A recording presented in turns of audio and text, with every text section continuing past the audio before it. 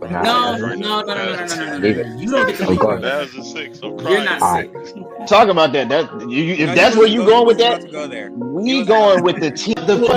He about to go play in Australia. Hold on. Don't bring him up no. So like, I'm not denying what you're saying is not true. But Hartenstein, Whether you believe he's efficient or not, considering his play style, it's not. Josh Hart was the MVP of this series. He was there. If he wasn't scoring, You had all the goddamn barbecue brisket for your little bitch ass down in Dallas for your 3-point shooter. So having that next to Jalen Brunson and OG is very.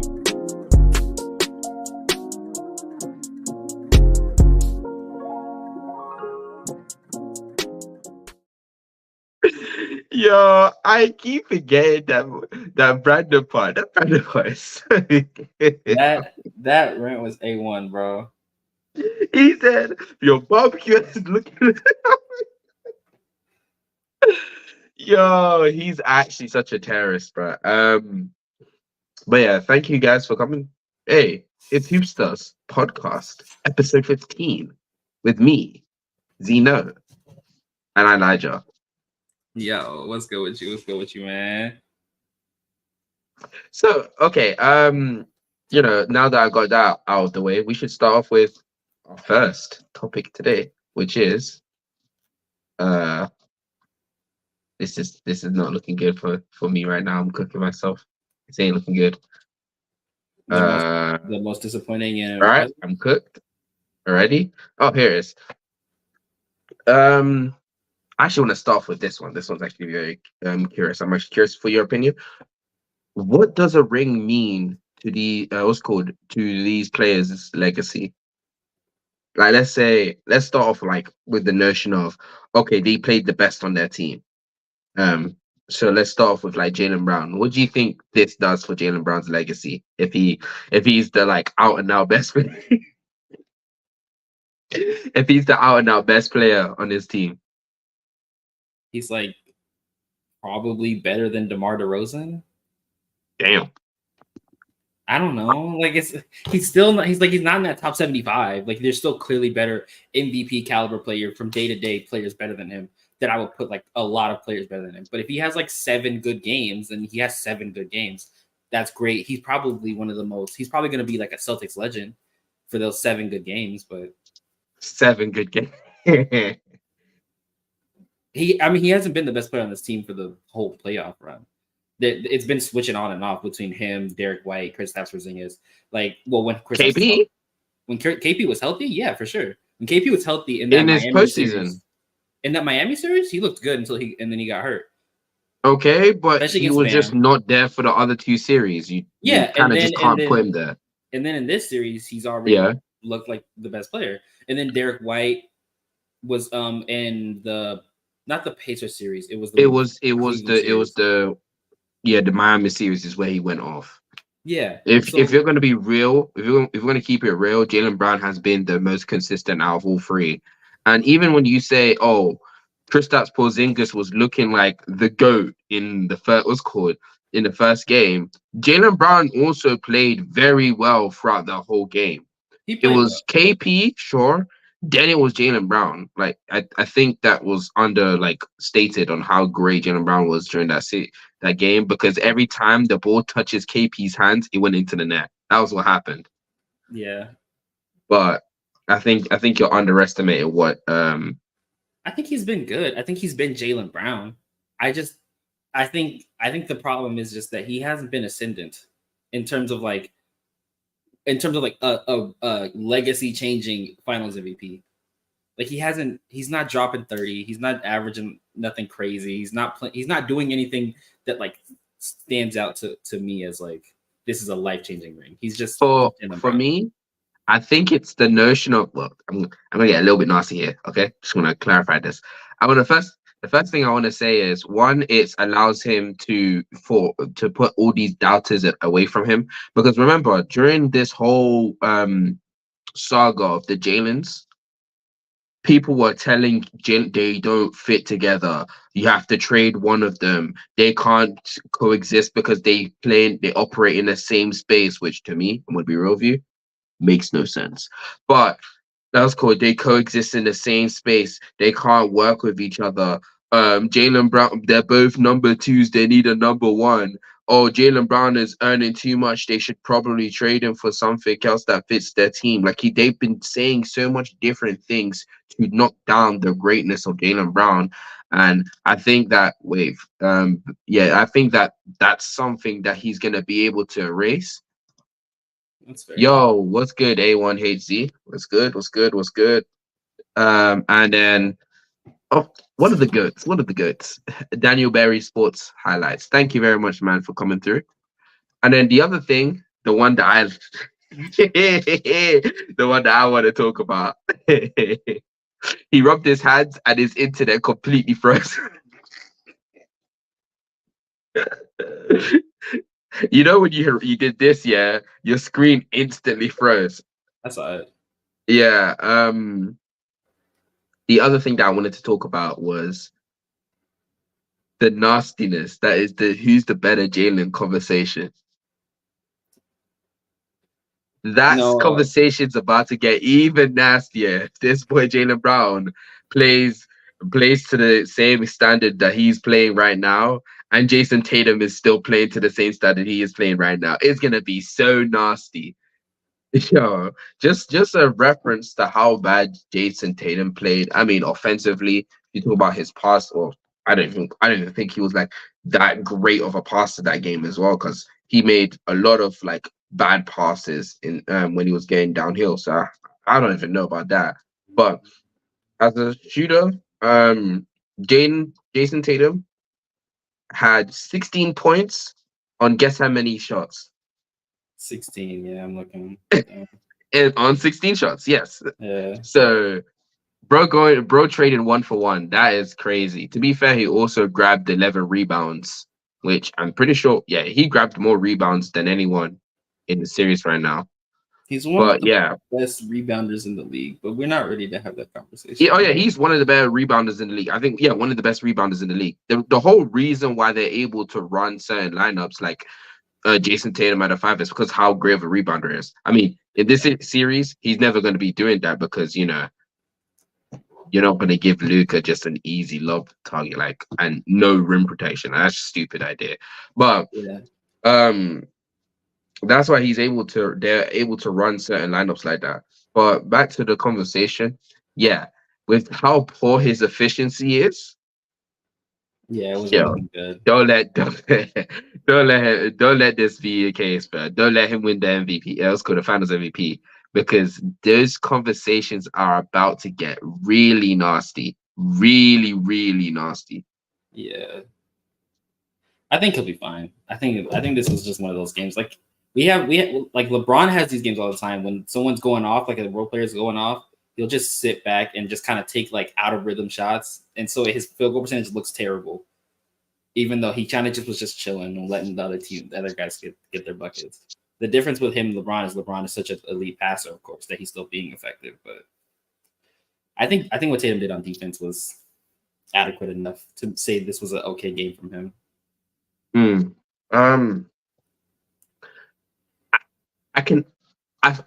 I understand. I understand where you're coming from. Now, the other thing with LeBron is that he can get to the rim at will, like literally at will, because he's one of the best rim finishers of all time. Some people say the GOAT rim finisher.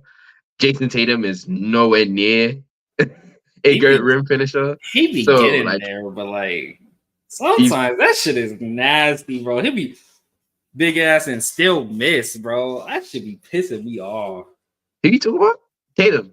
LeBron. Oh, LeBron. His big old ass. Bro. I mean, he's like, he's not a GOAT rim finisher right now anymore. But I'm talking about in his peak. Oh, in his peak, yeah, for sure. Yeah, that's what I'm saying. That man be fumbling and stumbling to the rim sometimes, bro. Yeah. Shout out LeBron, bro. My glorious king type shit. Hey, you can say that, but the second I say it was cool, that's GOAT. When I talk about Asia, people want to hate on me. Hi, bro. We get it, though. Hey, that's casual. I don't care. Yeah. Hey. Whenever I say that's my GOAT and Casual's there, he'd be like, all right, nigga. I'm like, All right, cool. Yeah, but I have to listen to you guys give LeBron the meanest, anyways. Next person I want to try and talk about KP. What do you think this does for KP's like legacy? If he just he extends what he did in the first game, and they give him more minutes. So let's say instead of like 21 minutes, they gave him 30 minutes, and he's able to extend what he's doing as a rim protector, rebounder, and scorer. I Let's say think if KP hypothetically, keeps this up, I think one of either Jason or Jaylen gets traded, because if you have the production in Kristaps could be this consistent, where he's getting 3 blocks a game, but it feels like 5 or 6, and he's just not missing from the rim or from his jump shot from any range, I don't need them both. I have 2. I don't need them both. I can go get somebody else for cheaper contract. To be honest with you. That's my second guy. I mean, that is my second guy. I'll be real with you. I'd understand that notion and that thought. I would never do that. Why I would never get rid of them? Because at the end of the day, you have all 5, and I think all 5 of them are under contract for I think another 1 or 2 years. I'd rather Jayson run Tatum's coming up next year. Yeah, good. I think Jason's is up next year. Yeah, I think. Let me see. Current Celtic contract. Jayson Tatum, you said. Yeah, I think so. No, his one is player option is in 25-26, so in 2 years. 2 years. Okay. The only one that you're worried about, no, the next time that he needs to the Celtics need to re-up is Derrick White and possibly Jayson Tatum, and that's in 2 years. So they have 2 more tries. Oh, so we're just gonna let Kristaps just be the GOAT. Okay. Sorry, not 2 more tries. 1 more try after this. 3 ring Kristaps. Three finals MVP Kristaps. Okay. Oh yeah, they have Kristaps till 25-26, so they need to re-up him in 3 years. They're chilling then. Yeah. Hey. Kendrick gonna be mad. Kendrick Perkins gonna be mad. Mm-hmm. That's all I'm gonna say. Gilbert Arenas gonna be mad. He don't like the European players. Hey, if we got European players coming out the West and the East, oh, it's gonna get nasty. It's gonna get nasty, brother. Oh yeah. He sees a European, a tall white European winning an MVP. Let's go to Finals MVP. He might actually physically become sick. They might not be a girls' arena that is that week because he's actually physically sick. Their best hope was Anthony Edwards, and it's gone now. Yeah, that is crazy, bro. No, it was Anthony Edwards, and when he went down, it was Jayson Tatum. And none of the money. Yo, yeah, he would have been physically sick. I would love to see that. I am hoping as a former New York player, if we can get a former New York Knick becoming a Finals MVP, I would be more than happy. Yeah, for me, I actually think when I'm talking about legacy, for what Kristaps was, he was the original unicorn, like outside of Dirk, right? He was the original outlier 7-footed shooter, not the KD version where you're actually more of a wing type player where you have the ability to curl off screens and you have the ability to, isolate and shot create for yourself like that. Like he was supposed to be like the prototypical like 7-foot unicorn who's able to shoot, rim protect, move laterally. He lost that ability to move his feet like that when he got so many injuries. Earlier on in his career, but because he manages to substitute that with his very elite to the point where it's like I don't even know if it's all time or so. I'm not gonna say it's all time, but let's say borderline all time or like mismatch. Like he's one of the best mismatch hunters. Like if you get a mismatch on him, he's going to pretty much abuse it better than most people in the league outside of, let's say, like Embiid, Jokic, Luka. I think that's it, really. Mismatch hunters. Hey, I give Pascal that. This playoff Pascal, I'll give it to him as well, bro. That boy was cooking. But y'all not ready for that conversation either. Yeah, he's this guy, bro. This guy. Anyways, Y'all must not have seen what Pascal was doing with their hey, mismatches. you think bro. I'm not ready for Pascal? Remember who did I say I wanted in the what's called in the trade deadline? Who did I say I wanted? Everybody wanted Pascal, bro. Alright, bro. You got it, dog. You got Y'all it. got Buddy Hield. I hope you enjoyed him. But yeah, we have someone who probably won't be back this season, alright, bro. Kelly, Sorry, next season. But back to what we were talking about earlier. For the next 2 seasons, they have everyone under contract that they really want, outside of like Luke Cornett, who's if Luke Cornett is the shooter or not Sam Hauser, that's Sam Hauser. My bad. somehow Luke Cornett's a Um, center. it's Sam Hauser I'm thinking of. Luke Cornett is the big that doesn't do anything. But yeah, they have pretty much everyone that they want for the next 2 seasons, so they can go back after it next season. And KP being able to do this, going back to his legacy, he proves the validity that unicorns can really succeed in the league. We all thought that they could because, like, yo, a big man that can shoot, space the floor, and rim protect at a very elite level, and be its a lob threat. Like, how could that not be a winner? But we haven't seen it yet. And like, Dereck isn't Dereck younger Dereck. I would agree with you. Yeah, cool. But like older Dereck is way less that moniker of a unicorn. So yeah, that's the thing. And I don't know. There's not much implications of I just completely forgot him winning the chip against his former team, the Dallas Mavericks. Yo, Before Luka. there's gonna be a lot of hate coming out of his heart after he wins that ring, bruh. It's so much hate is coming out of his heart. I'd agree. I would believe it too, and I would actually be the same way because yo, you guys didn't let me play the way I wanted to play. You made me be a glorified catch and shoot player. You didn't let me get into the post because it was not as efficient. Yeah, nah, I'm cooking you, and he manages to do it. Yo, oh, my heart, if I was him, it'd be a different type of hate that I would have for these people. But that's what I have to say. What about you? I think he chewed himself up into like that top 25 player range, top 20 player range very quickly, just because of the recency bias and everything. I think if he continued this play, I don't know, bro. Like, he's one of those players where he kind of, like, career-wise, he hasn't done enough to where, like, it's, like, shooting him into, like, crazy conversations. You But can also, just say he's not going to reach top 75. That makes sense.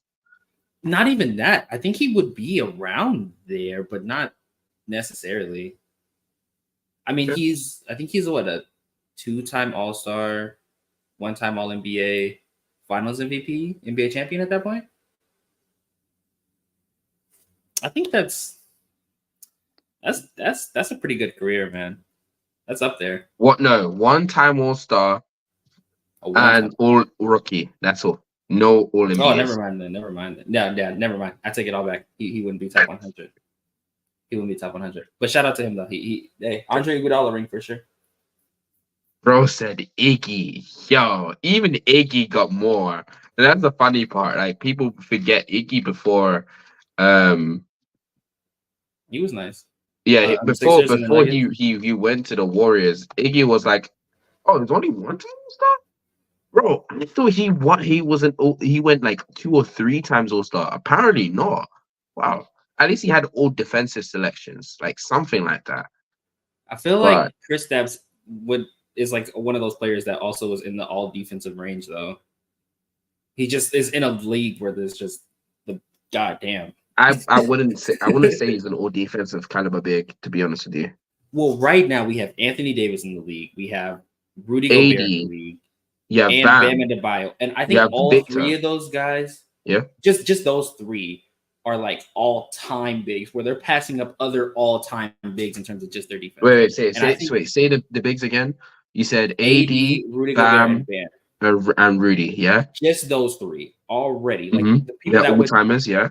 They're already all-timers that are passing up other all-timers. to the point where Okay. it's like Remove those three then. We all know those. then you have Victor. Yeah. No. Who was the Bam? You said the Bam was Yeah. the third one. Yeah. Oh, okay, cool. So Victor's not an all-timer yet. Okay, cool. So Victor 1, He'll be there. Yeah. Embiid. I think if the race was Embiid in the regular season, then I think Kristaps would have a chance. Because Embiid gets better in a playoff, so it doesn't really I'm talking change about anything. all defense, like making an all defensive team, though. Yeah, but we're talking about like their value on the defensive end, no?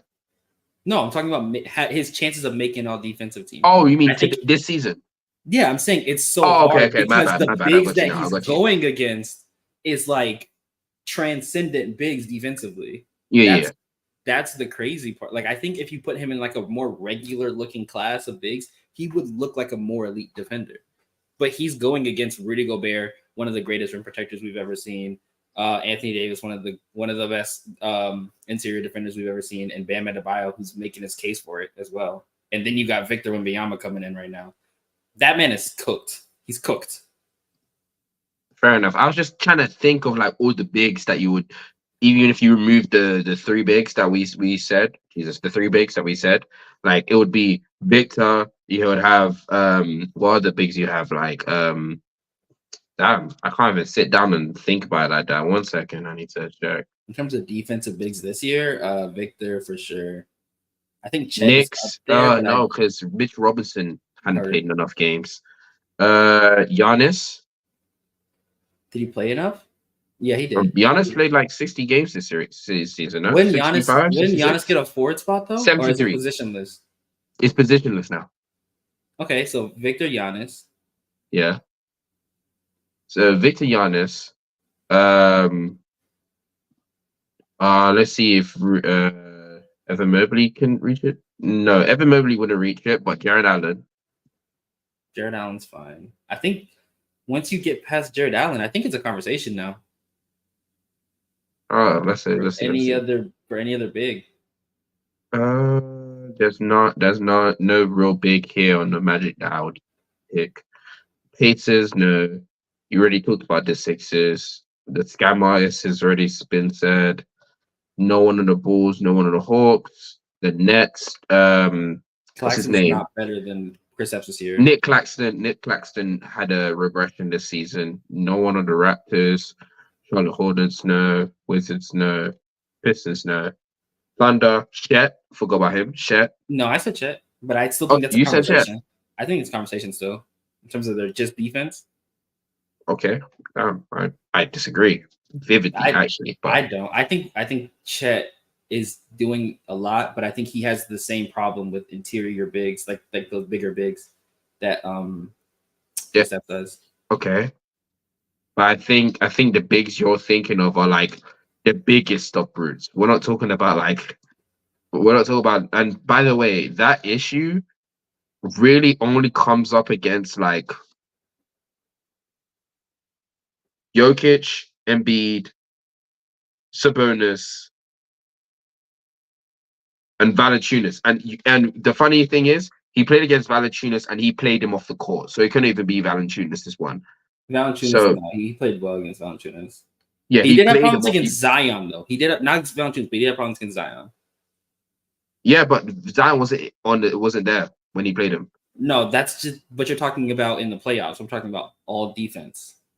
But we're talking about you saying all defensive players. That wouldn't be playoffs. Don't mind that. Zion I'm talking about strictly like you saying the biggest brutes. I'm talking about certain big brutes that like post play. And I'm saying one of them, he was able to hold his own against very well anyways when the chips were down. So I don't necessarily think that's big. But there was a guy on that same team that was giving him problems because of his size in Zion. Oh yeah. But I'm not talking about bigger guys like 7-footers. I'm talking about just bigger guys, like the guys. Oh, physicality. Okay, I got he's you. Just not good with it. I don't think Kristaps is great with it either. Okay. And I'm now looking down. I think Zubac hasn't mentioned as well, and then I think that's pretty much it, really. Oh, we already said AD. Never mind.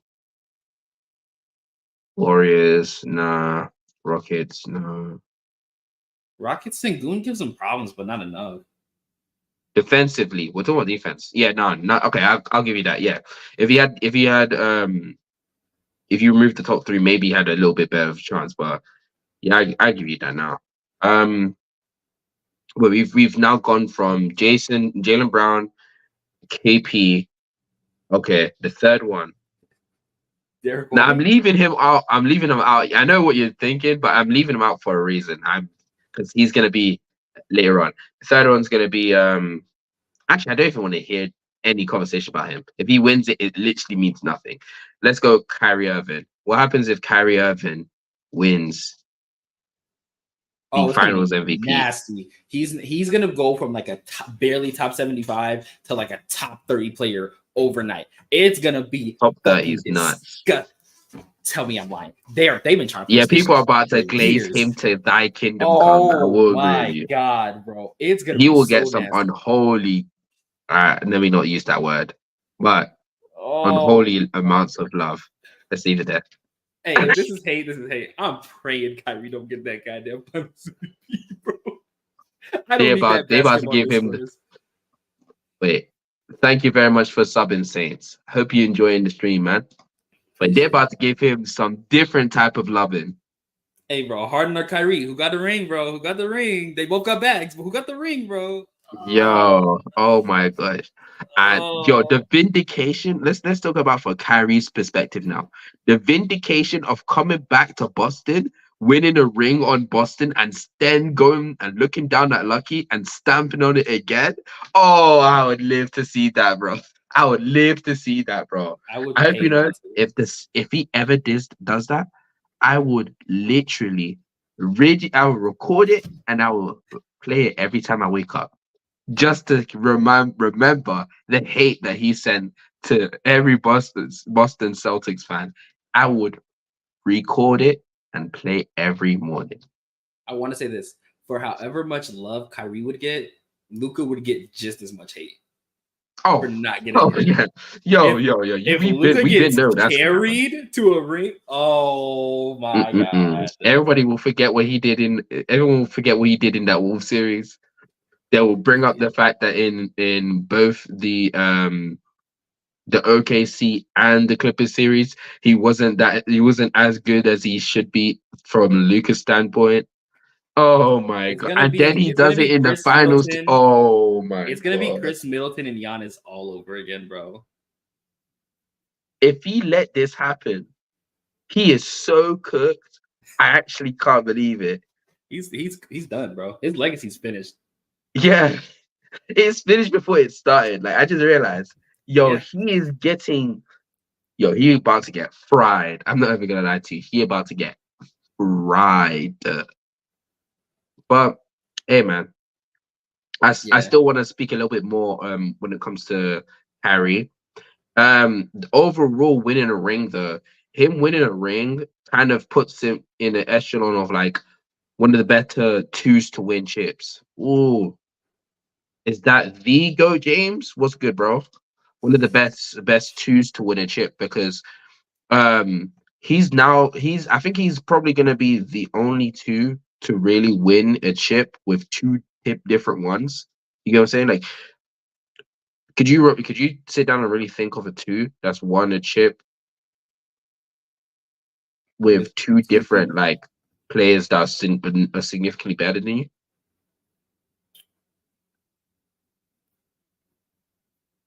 I'm actually trying to sit down and think about it. I don't think that's happened before. I think it's happened. Yeah, but you're gonna need to tell me because significantly better. I don't know, but I think Shaq would be one. No, because he was definitely the number 2 on that last championship, and then he was definitely the number 2 on the 2006 championship, I believe, or 2005. What? He was not the 2 in 01. He was definitely not. No, not 01. In 2002 was their last one, I believe. They did not win. They won in 99. No, 2001. Tim Duncan won in 99. Oh yeah, no. Okay, my bad. You're right.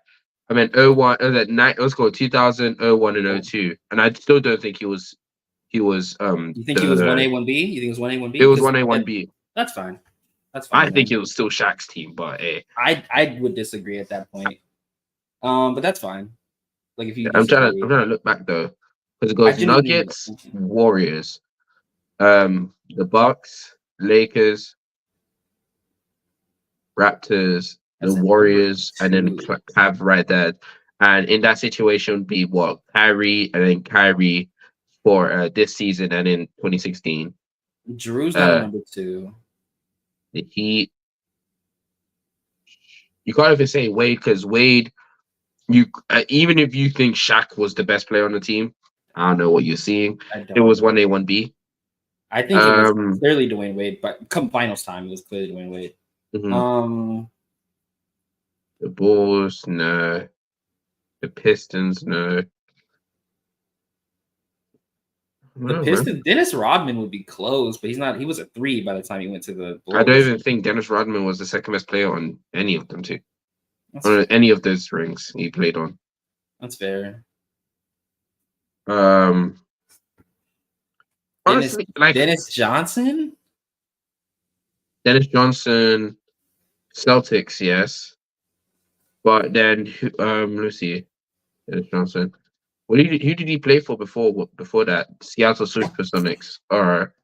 And yeah, I guess it would have to be this, but you know how long ago that would be?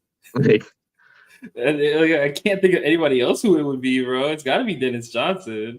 okay, if you say it's Dennis Johnson, like then that would be since 1983-84 season. And that again is completely dependent on the fact that you think that Dennis Johnson was the second best player in that whole playoffs. He was the second best player on that Boston team. Because what was his name? Not Dave. Was it? It wasn't Dave Count. Dave Count's the 70s. Kevin McHale was off the bench at that point, I believe. Mm-hmm. And then you had Robert Parrish in the lineup, and he was like mostly just the defensive guy. I think Dennis Johnson was probably the second best player on that team. All right, so then that would be your argument. Dennis Johnson is the only other player that was the second best player on 2 different championship teams. I would really like to sit down and like actually go through this though, because this is very interesting. Yeah, I actually just kind of came up on it. I was thinking, I think I'm actually dead. I was like completely correct, like because when I'm scrolling down, I'm thinking about it in my mind. Most of these teams that won a chip, it's with the same players. Like the Warriors dynasty is the number 1 and 2 were the same, except from that one time where KD was the 2 times that KD was there. I guess the Nuggets only been there once. The Bucks been there once. To ask whether you value a number 2 being able to go to multiple teams and win, or someone who's been able to be there multiple years and win. Because like there's number 2s that were there for 5 championships, 4 championships.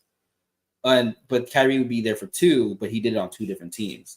So I guess then it's just what do you value from a number 2? I think it's an interesting conversation to have because that kind of speaks to how Kyrie can impact a game, his impact and his play style can fit with different players. Although unironically, I kind of want to say this: the way Kyrie's game actually really seems.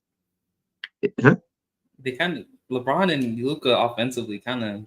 I was just about to say he fits with a player that if they can supplement the team with high level shot creation or in LeBron's case all-time rim finishing, and be one of the best passer playmakers of all time, Kyrie can then be the second offense where he's like, okay, LeBron is punching holes, so now I can really start getting into my bag and getting deep and providing secondary playmaking as well. My bad. Yeah. Maybe did Scottie Pippen? No, Scottie Pippen left by that time. No. So you're thinking about Blazers? Blazers never won. I was thinking about the Rockets, but by that time he was already about to retire. Rockets never won after the 2 years between. Okay. I thought you were thinking the Blazers, the early 2000 Blazers. And I remember Pippen being on that team. Wasn't a number 2 though. Oh, you said Gary Payton, not Scottie Pippen. I'm just naming players. I'm trying to think of like what they did in their careers. Gary Payton wasn't a number 2 by the time he was on the Heat though. He was the number 3. Yeah. If that. Might have been Lonzo, to be honest with you. I guess. I mean, you can say the number 4. I'm not gonna argue with that. I'm not gonna lie. So I don't really mind. I don't know But I too think much about those Warriors teams back in the day. you can keep going down that like that rabbit hole about who you think could have been another player that would like that.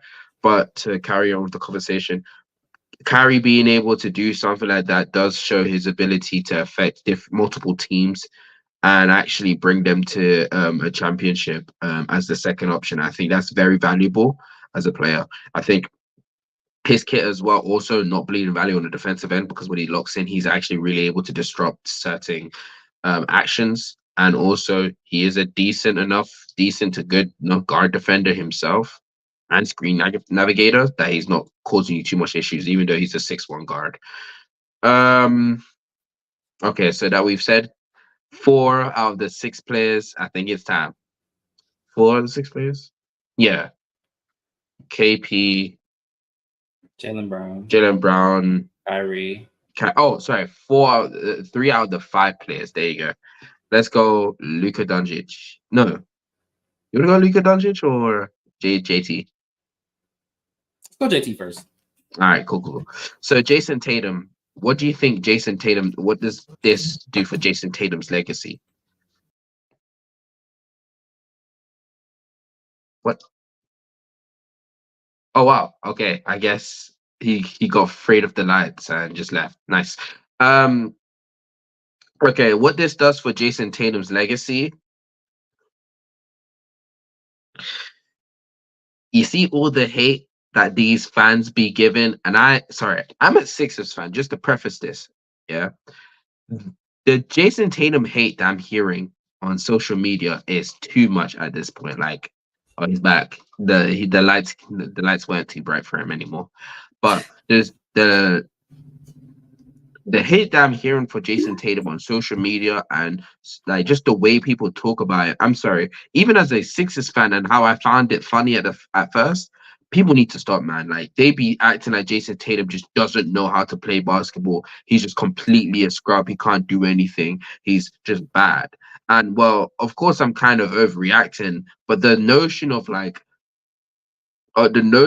the way people talk about Jayson Tatum needs to be more relaxed. Like, we understand that Jayson Tatum isn't he's not an elite shot creator. That's not his game. He's not going to be getting, when you go downhill, also when you get in close down the what's one terminology I'm trying to look for?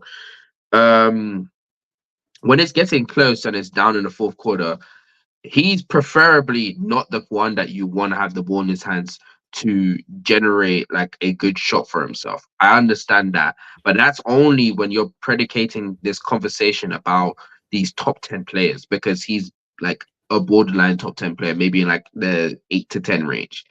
So that's not really his game. Even out of the top 10 player, he's more of an all-rounder. He's a really good as me and Elijah kind of explained, an elite rebounder. He can actually rim protect. He's good. His like power on the defensive end is nail help. He's actually a really good passer playmaker. Although in game 1 he wasn't showing that to me specifically. Other people may say it to me. No.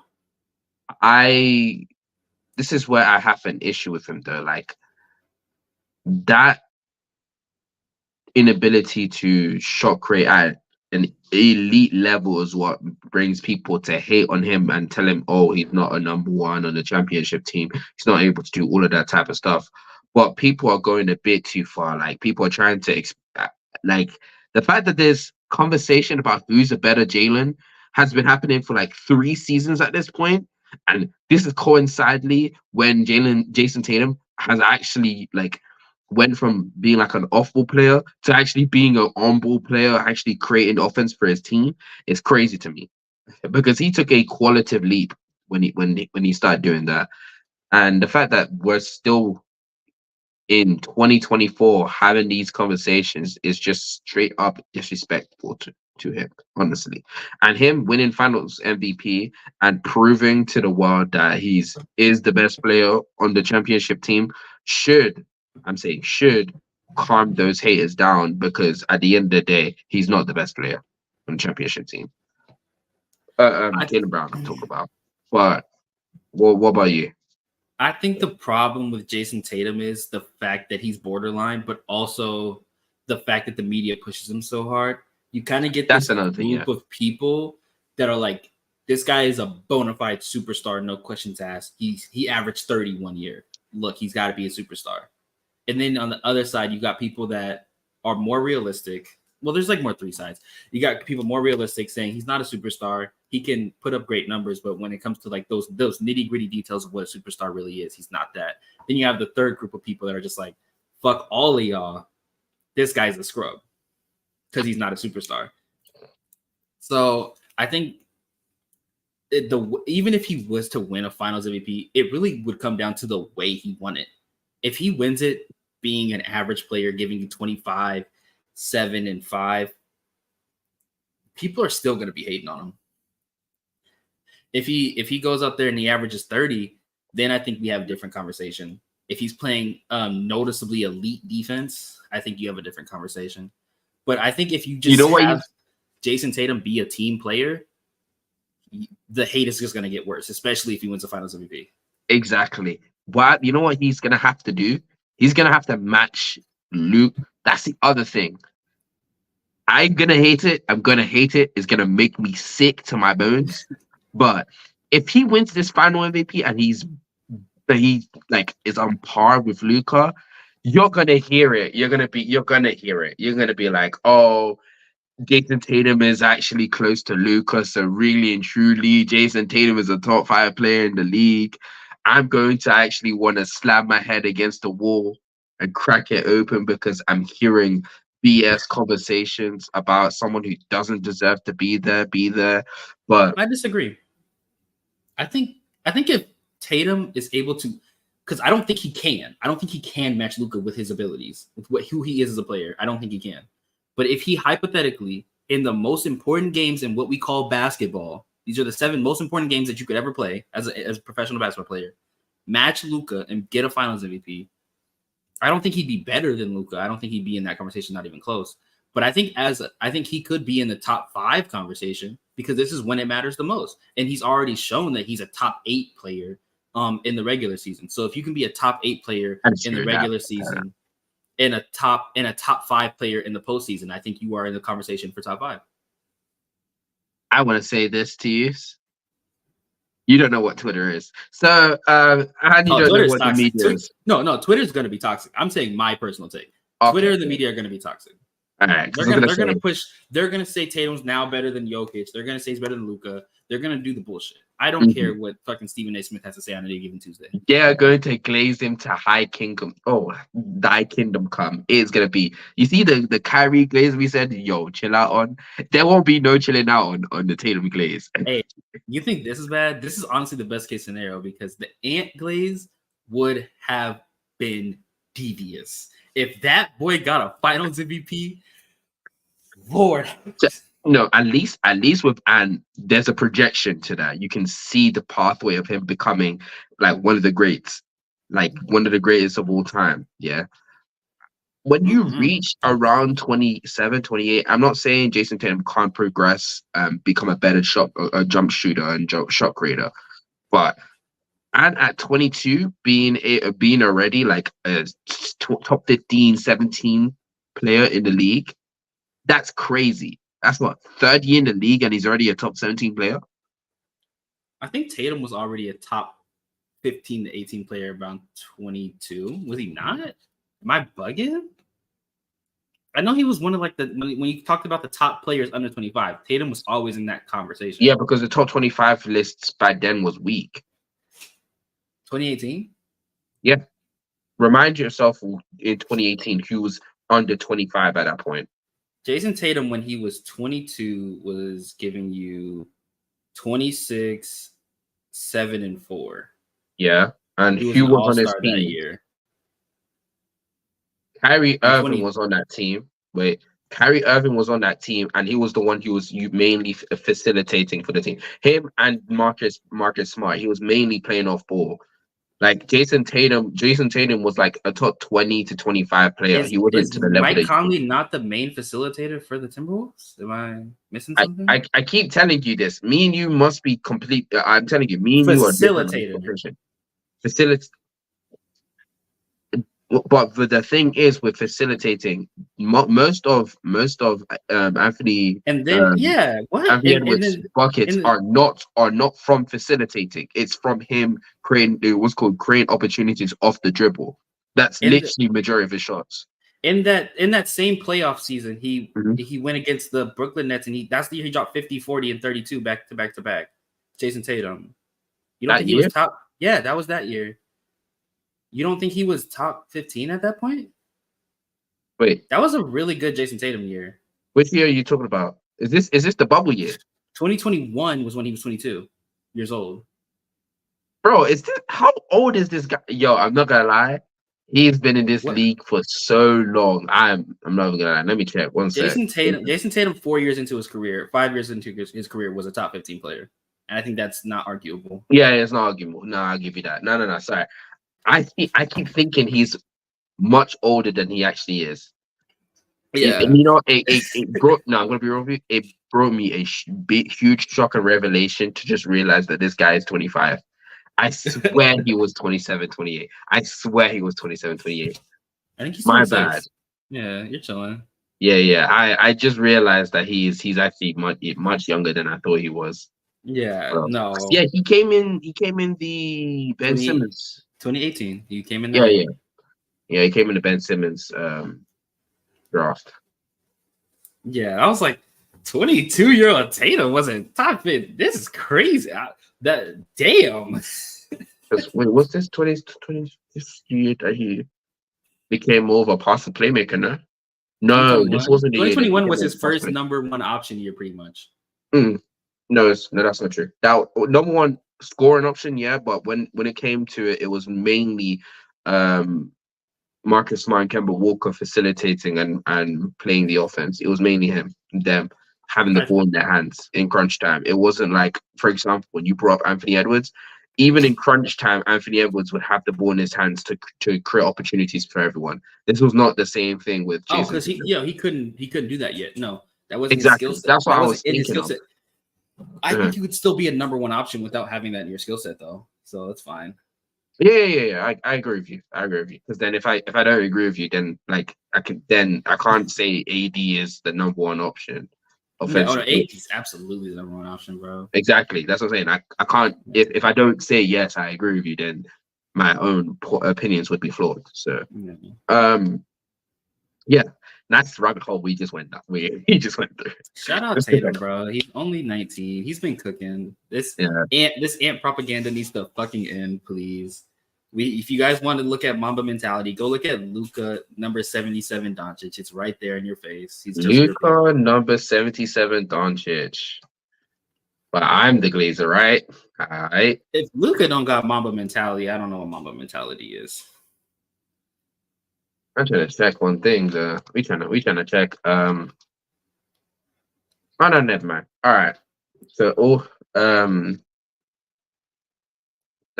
also like to kind of not wrap it up, but TLDR, Jayson Tatum being the Finals MVP clears the who's the better Jaylen conversation. Kind of puts his head over everyone when it comes to the Celtics, which really and truly should have already been known. So some people might push him up in the conversations of him being possibly a top 5 player in the league. That's fine. I wouldn't. I think he would still stay. I think if Shea is your if Shea is your 5, I think that's a conversation at that point.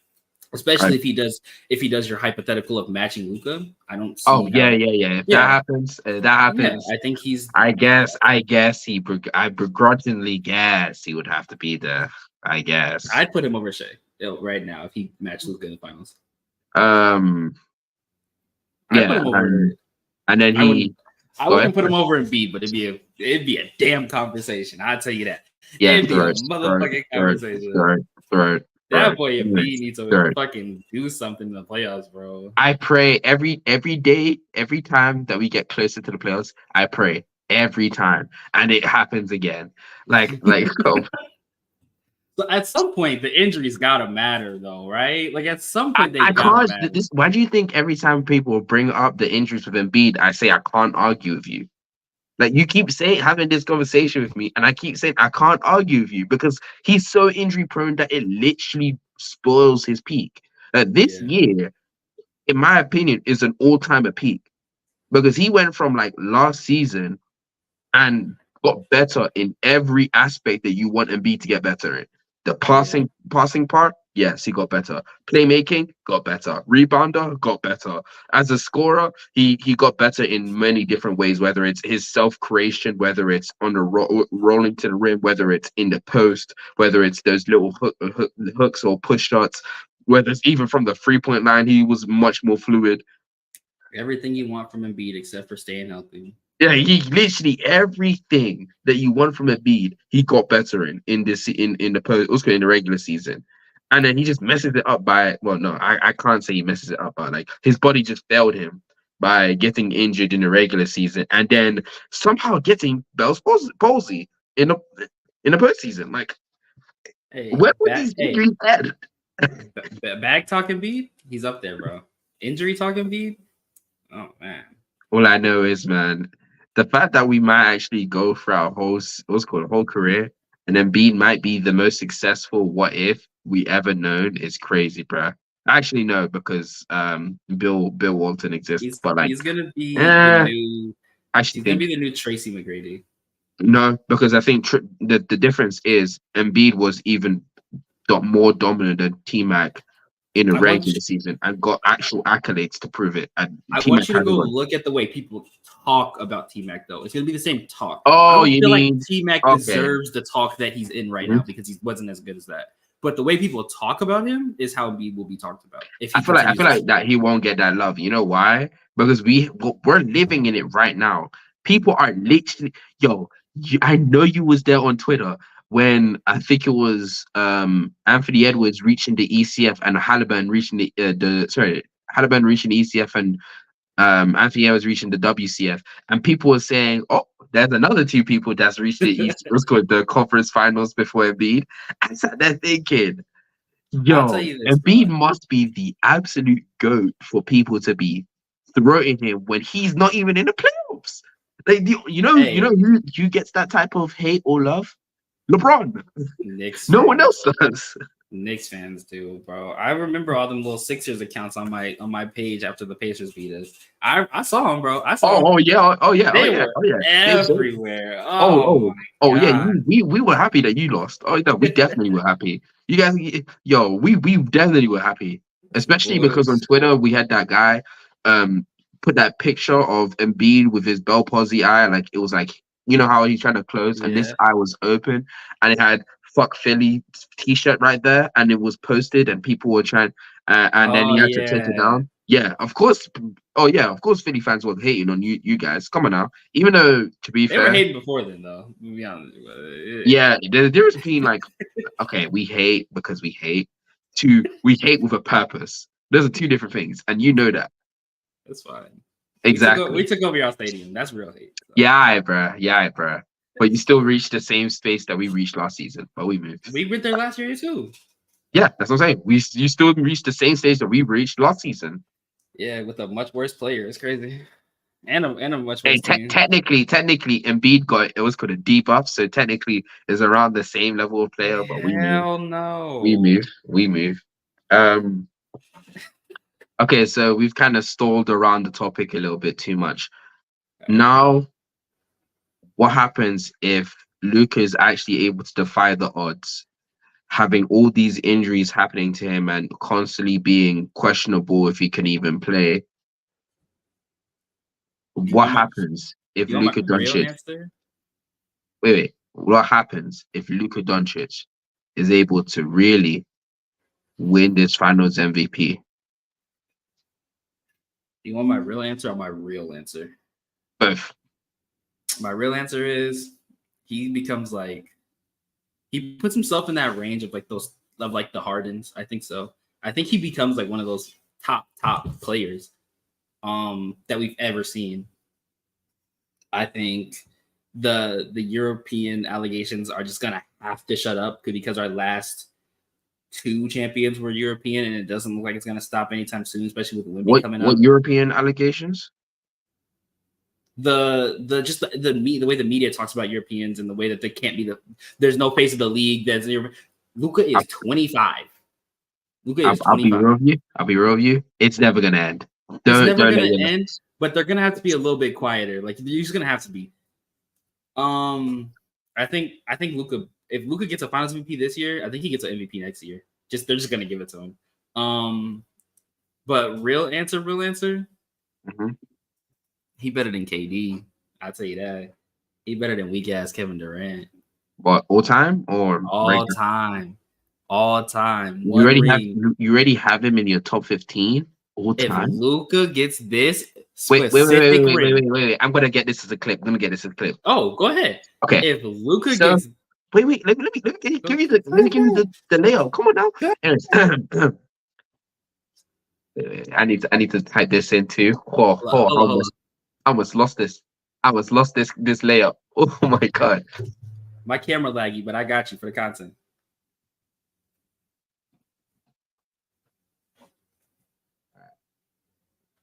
All right. So, what happens if Luka wins Finals MVP this season, defying all the odds, and is able to beat this superpowered, supercharged Celtics team? If Luka gets a ring against one of the greatest assembled teams that we've ever seen this year, Finals MVP, he's better than Kevin Durant. Kevin Durant never went through this kind of adversity. Nah, he ran away from the grind. My goat got that mentality. He got that killer instinct. That's not KD. He ain't got that. Nah, he's better. Easily. Clears. I actually can't believe this is happening. Oh my god. All right, you can set it up. I got the clip. Thank you for that. Yo, what's good, Cottage 81, man? Yo, where's my bone at, brother? Spanner? Oh, I got you, bro. One sec. I got you. Who's the better offensive player? I'm just asking my brother. I got you. Don't worry about it. I'm just currently, in the stream. Thanks. Great question, homie. Of course, it's me. Of course, I'll give you good questions. But, yo, him saying something so inflammatory. That is, wait 1 sec. That is something like, yo, Luka is better. Straight up. Better than KD all time. All time. Straight up. Yo, some people are nasty wet, bro. Giannis already better than KD all time. So I mean, that's all I'm saying.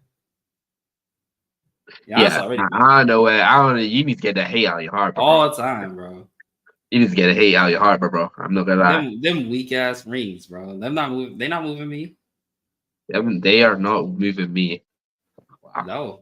Maybe 2018. 2018 KD was a little different. I'll tell you that. Yeah, because I'm gonna say 2018 KD was a different type of beast. But 2018 KD, he could be up there. But has KD ever done anything like what Luka Doncic would do this season if he got a ring? I mean, he wasn't able to finish it, but what he did in 2017, what he did in 17? 2012? Was it 2012? 2012 when he went against the Miami Heat? Yeah, what he did getting to Miami Heat was legendary. It was impressive. I think his team was better than this Luka team, though. That team versus this Luka team, I would put them better. I would say that. I would give you it, but I want to say that this team suits Luka more than that team suits KD. Would you give me that? In terms of, I think so, yes, but also I think that team also made up for his weakness of sometimes not being able to close. Oh, I'm on my different account. I'm stupid. I think when it comes to KD not always being able to close out, when you put him next to guys like Harden and like Russ, who can be that guy, extra push for him, I think you were able to get those runs, even if the team like on paper doesn't look built for him the way that Luka's team I think that the reason why I say that is because yes, KD thrives with playmakers that are able to get him in spots and allow him to get his mid ranges off with less people in the paint or just clugging his with lanes. But the fact that Luka has a very athletic vertical spaces, well, not spacers. Yeah. Where is he? Trying to give him add as a moderator. That did moderator. There you go. There you go. Cottage AD1. But yeah, especially how he's able to have vertical lob threats, athletic lob threats as well. He has an athletic, another 2 wings that are very athletic with him, who can also space the floor. He has Kyrie Irving, who's a secondary player, is a player who's essentially can give him some rest time on offense and let him idle or let him do his catch and shoot game that he does have. Casual, yes, he does have. You should have been aware of this, but for some reason Justin wanted to say, "Oh, does he really have a off-ball game?" Yeah, all right, bro, you got it done. Kyrie? No, he was saying that Luka didn't have an off-ball game, and I was like, "What's going on?" Like we like he literally came into the league having an off-ball game. Like he does have an off-ball game. He's just not on off-ball enough for him to really utilize it like that. I haven't seen enough to have an opinion on this. But and then he has Kyrie, who's able to shot create himself and also pass and play make at a very good enough level that he can actually rest. I'm talking about Luka here. What's going on? What's up? Oh, what the hell? Are they setting up for the next show? I think they accidentally did. 1 sec. But he's able to pass and play make to an elite level, and that's. I think we wait. Just check private chat. By the way, Elijah. All right. Crazy. Yeah. To pass and play make to an elite level, and then also the fact that they just keep bringing a lot of like valuable athleticism around him is what I think is why he's that great, and why his team is that great and why it suits him more. KD needs spacing. He needs shooters around him, and I'm pretty sure in 2012 the only shooter that was on that team was him and Harden. I'm almost certain. Let me see. I think Russ was shooting okay. He also was a mid-range spacer, which was a lot more valuable in the 2012s than it is now. I do agree with that, yes. But it was more spacing for his own shot rather than catch and shoot spacing, if you get what I'm saying. They had Derek Fisher on that team as well, who was spacing the floor. He shot D Fish. He shot 36%, from 3. Yeah, okay. So they had D Fish, James Harden, and KD. Yeah, that was literally it. But Derek Fisher usually came in. I'm pretty sure came in. It was a sub, so that means he was coming in for someone else. I think you had Ibaka there as well, who was also for his time was a spacer. He was not a spacer from the mid range. You don't think Ibaka was spacing from the mid range? I heavily disagree. Young Ibaka spacing from the mid range. I mean, okay, he wasn't really young at that point. I think he was year 3 at that point. He is still young. He was 22. Yeah, but like the year after that, he shot 44% in the playoffs. It wasn't shooting on a high volume, of course not. But like he could hit his 3. Like he was enough of a threat to where like you kind of have to look for it a little bit. Fair enough, but I just don't think that the team maximized KD's skill set as much as Luka's does, because Luka's team is just built with a lot of play finishers that could either space the floor or get to the rim through cuts or through pick and roll situations where it's been a lob. And in fast break, they're also really good athletes so that they can get to the rim and Luka can find them on just due to their athleticism. That's think fine. KD The problem needed is KD isn't Mhm. a playmaker. He just is not. exactly. That's what I'm saying. He needed way more So spacing and actual players that would get him the ball. Russell Westbrook was that, and I'm also sad that Russell Westbrook wasn't like in 2012. That wasn't the Russell Westbrook that we became to know, like as a passer playmaker. That wasn't the Russell Westbrook that we knew yet. oh, he was a very good passer playmaker at that point in time. He just wasn't the triple double machine passer playmaker that he. Yeah, but I think he took a like a notch upwards after when KD got injured. Was it 2013 or 2014 that he got injured? Yeah, I think that year he's giving you 5 assists, 3 turnovers, 5 assists. Yeah, like he was good. He wasn't nothing crazy. And I think when 2014, 15, I'm thinking of shit. Oh, in the playoffs he did really good actually. He's giving you 6 assists, 2 turnovers. That's for Russell Westbrook to only give you 2 turnovers throughout an entire 2 turnovers a game throughout an entire finals run. It's insane.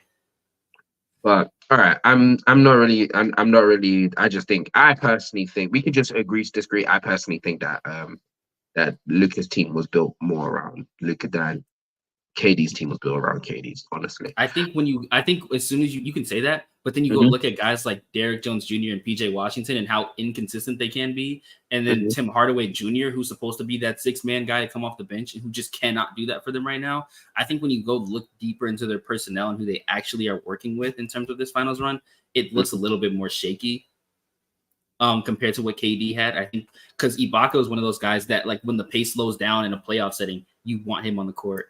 Russell Westbrook is going to be one of those guys that is going to push fast breaks well. He's going to be able to get to his mid-range shot well, and he can play make. I think James Harden coming off the bench is a scoring punch that's like almost unmatched in terms of 6 men. And same with his playmaking. I think when you look at the teams on a person-to-person basis, I think that the OKC does edge them out, but the Luka team is built very well. Yes. all right. I'm not gonna lie to you. I'm like paying attention to something you said about the Ibaka spacing. Huh. He spaced way better than I thought he did from the mid range. I'm looking at it. I'm like, he actually did space a lot better than I remember. Bro, I'm telling you, it's just because it's on low. It was on low volume, but I get what you're saying. Yeah, it's 2012. The volume's not going to be there. That's pre-Curry, you know how it is. I think when you look at that, I think he had the big bodies in the paint, and what KD excels with on defense is roaming. Even back then, he's always just been a roamer when you want to maximize KD defensively. So you put him next to bigger body bigs and bigs that can rim protect well, which is what they did. They gave him guys like Thabo Sefolosha and who else am I thinking of? There was another wing guy that they had there that was like a pretty solid 3-and-D guy that's going to give you low volume because you don't. Nick Collison, you thinking of? I don't think so. He's a 4. He's a wing. Yeah, Nick Collison is the. He wasn't. He was. I don't think he was playing defense. I'm trying to think of any. Well, let's look at that. I'm gonna go look at the team real quick, and then we can wrap this up. Cool. I believe it was. No, I'm just wrong. He wasn't here. Okay, so you had guys like Thabo Sefolosha that was on the court that could space the floor for him, and also play defense. So I think you had a good mix of playmaking, reasonable amount of spacing for 2012. You had bigger bodies in the paint to let KD roam, and you had the alternate shot creators. I think that team was just like that team in 2012. Also, as a shot creator, Westbrook at that time was not to the level as Kyrie. Also have to but Kyrie's the only other shot creator on that team. I don't think there's any other ones. Okay, but outside of I know what you're gonna say. You're gonna say Harden. Fair enough. I'll give you that. Fair enough. I was about to say who else is shot creator on that team, and then I realized Harden's on that team, and then I was like, yeah, never mind. Yeah. All right, cool. Yeah. This is great pod. Yeah. Shout out to everybody that joined. Shout out, bro. It's great pod. Yeah. Thank you all for coming through. It's been Hoopsters Podcast episode 15 with me, Zeno, and Elijah. Yeah. And I do want to say thank you, Cottage81, for coming through. The GOAT James, Saints for subbing. Daniel Berry, he's here every day of the week. He'll be popping up. Thank you very much, bro. And Mr. A1HZ, thank you, bro. All right, stay safe, you guys. And remember, Embiid is actually the GOAT. He just keeps getting injured, man.